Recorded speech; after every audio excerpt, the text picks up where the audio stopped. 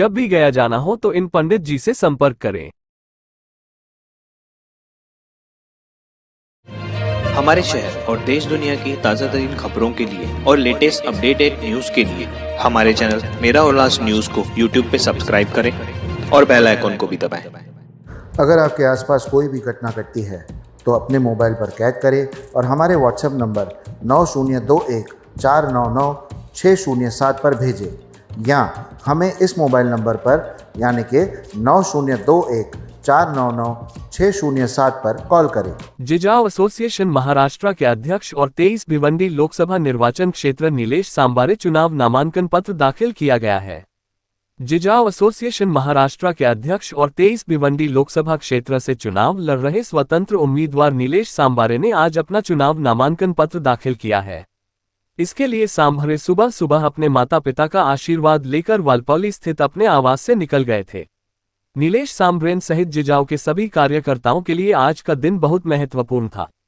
शाहपुर, मुरबाड, कल्याण, भिवंडी और भिवंडी ग्रामीण में जिजाऊ संगठन के कार्यकर्ता और नीलेश सांबारे के प्रशंसक बड़ी भीड़ में एकत्र हुए थे।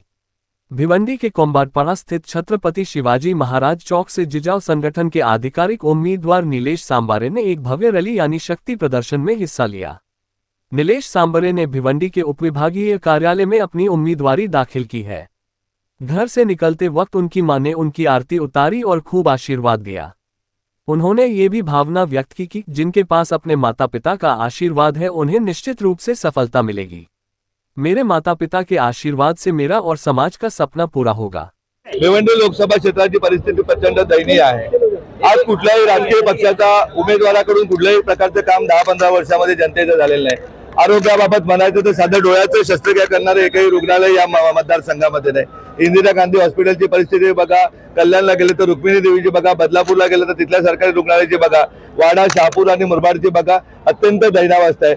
शिक्षणाबाबत म्हणायचं तर कुठलाही एज्युकेशन हब एवढ्या पूर्ण लोकसभा क्षेत्रामध्ये नाही की मेडिकल कॉलेज आलेलं नाहीये, अशी दुर्दम्य परिस्थिती आहे। IT पार्क नाहीये, इथल्या लूम्स बाबत कुठलाही सकारात्मक निर्णय होत नाहीये का जसं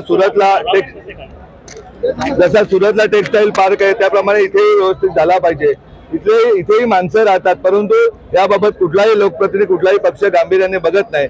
त्यामुळे आजच्या दिवशी मी अपक्ष म्हणून लोकसभेचा फॉर्म भरलाय आणि दुसरा भारतीय राष्ट्रीय काँग्रेसकडून हे फॉर्म भरलेला आहे। आपण विशेषतः आज या जे शक्ती प्रदर्शन केलं यामध्ये साधारण किती टक्के लोकसंख्या असू शकते?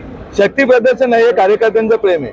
आमच्याकडे कुठल्या नेत्याची गरज नाही। आम्ही सर्वसामान्य निलेश सांबरे कार्यकर्ता आहे आणि निलेश सांबरे बरोबर त्यांची आई होती, बहिणी होत्या, सर्व भाची होती किंवा वंचित बहुजन आघाडीचे होते। आमच्याकडे नेता वगैरे काही सिस्टम, नेते येतात फक्त मोठे मोठे भाषण देऊन निघून जातात। आम्ही भिवंडीचा गल्ली बोल बघितले, भिवंडी मतदारसंघातला प्रत्येक बूथ ना बूथ, गाव ना गाव बघितले, तिथल्या समस्या बघितलेल्या आणि त्या समस्या निराकरण करण्यासाठी एवढ्या मोठ्या प्रमाणात जनसमुदाय आलेला आहे। साधारण लाखभर लोक तरी कमीत कमी असतील। त्यांना सांगितले गुणिले 10 करा, आपले गुणिले 5 करा, तरी पण आम्हाला 6 लाख मतं मिळणार आहेत। काय सांगाल तुम्ही? आता सांगितलं राष्ट्रीय काँग्रेसचा पण आपण उमेदवारी अर्जामध्ये फॉर्म भरलाय, काय सांगाल? आमच्या राष्ट्रीय काँग्रेसकडून जवळजवळ उमेदवारी फायनल झाली होती, परंतु मध्येच कोणीतरी सुपारी घेऊन बिचाऱ्या बाळामामाचा बळी दिलेला आहे।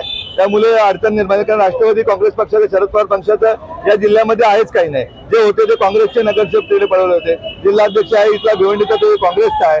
त्यामुळे स्वतःचं काही अस्तित्व नसल्यामुळे काँग्रेसच्याकडनं बोलणं चालू आहे। आमच्या कदाचित एबी फॉर्म मिळाला तर आम्ही तो काँग्रेसकडून लढण्याचा स्वागत करू। सर, सत्ताधारी आणि विरोधक हे वेगवेगळ्या मुद्द्यांवरती ही निवडणूक लढवत आहेत। राम मंदिर असेल, विकासाची कामं असेल, आता ही निवडणूक तुम्ही कुठल्या मुद्द्यावर लढवणार? त्यांनी भिवंडी लोकसभा क्षेत्रात काय केलं त्याचा परवाला येणारे लोकप्रतिनिधींना पण विचारा, सत्ताधाऱ्यांना विचारा आणि 3 तारखेला येणारे सत्ताधाऱ्यांना विचारा की तुम्ही या लोकसभेमध्ये माणसं राहतात। तुम्ही जशी बारामती सदरून केली तसं तुम्ही नागपूर केलं, त्याप्रमाणे तुम्ही भिवंडीसाठी काय केलंय? भिवंडी लोकसभा क्षेत्रासाठी, भिवंडी लोकसभा क्षेत्रात बॅरिस्टर आंदोलनाला त्रास कोणी दिला हा जग जाहीर आहे। या शांताराम भाऊ घोलपांना त्रास कोणी दिला हे जग जाहीर आहे।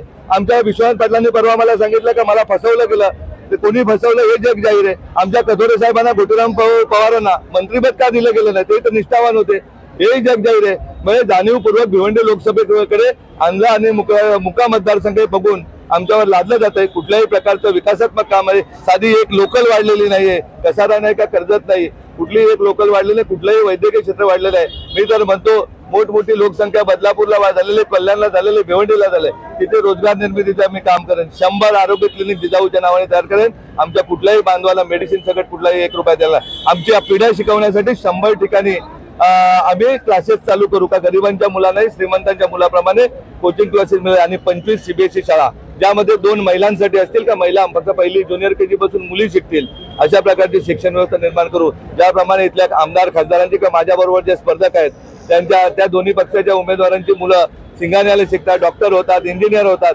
त्याप्रमाणे गोरगरीब जनतेचा, माझ्या बांधवांचा, माझ्या शेतकऱ्याचा, माझ्या शेतमजुराचा, या भिवंडीतील माझ्या मुस्लिम बांधवांचा, माझ्या दुसऱ्या SC ST बांधवांचा भगिनींची मुलंही चांगल्या प्रकारे शिक्षण घेतील। आणि आदर्श आमच्याकडे का SC समाजाचा मुलगा आई वडील नसलेला स्वप्नील बाणे नावाचा तरुण आपल्याकडे येतो आणि IPS ऑफिसर म्हणून पश्चिम बंगालमध्ये नोकरी करतो। कचऱ्याच्या ढिगावर कचरा उचलणारी मुलगी दीपाली नावाची मुलगी, जिला आई वडील नव्हते, तिला उचलून जिजाऊच्या सानिध्यात येते, तिला शिक्षण देऊन आज हॉटेल मॅनेजमेंट करून 5 स्टार हॉटेलमध्ये, जिच्या पोटामध्ये 2.5 महिन्याचा बाळ असताना पती जातो, मोहिनी भारमल नावाची आदिवासी मुलगी ठाण्याच्या झोपडपट्टीत राहणारी, तिची सासू तिला बाळाला सांभाळायला सांगते, ज्यावेळेस ती जिजाऊच्या सानिध्यात येते धुनी मांडी करणारी मुलगी, तिला अभ्यास करण्याचा पगार दिला जातो आणि आज मुंबई महानगरपालिकेमध्ये अधिकारी पदावर नोकरी करते। अशा 8,000 विद्यार्थ्यांना नोकरी देणारी जिजाऊ, 40 लाख समाज बांधवांना आरोग्य सुविधा देणारी जिजाऊ। त्यामुळे कुठल्या राजकीय पक्षाने काम केलं असेल तर त्यांनी बोलावं, त्यांच्याबरोबर आमची स्पर्धा पाहिजे। आमच्या या दोन्ही उमेदवारांबरोबर अजिबात स्पर्धा नाही, त्यांच्या नेत्यांच्या गावची पोरं आमच्याकडे शिकतात, बारामतीची शिकतात, नागपूरची शिकतात, त्यामुळे त्यांनी आता आदर्श घ्यावा आणि मला वाटतं 2 आणि 3 तारखेचे फॉर्म भरण्याचं रद्द करून आम्हाला बिनशर्त पाठिंबा द्यावा, 100% समाजकारण करण्यासाठी द्यावा, ही दोन्ही राजकीय पक्षांना माझी कळकळीची विनंती आहे। अगर आपके आसपास कोई भी घटना घटती है तो अपने मोबाइल पर कैद करें और हमारे WhatsApp नंबर 9021 499 607 पर भेजें, या हमें इस मोबाइल नंबर पर यानी कि 9021 499 607 पर कॉल करें। हमारे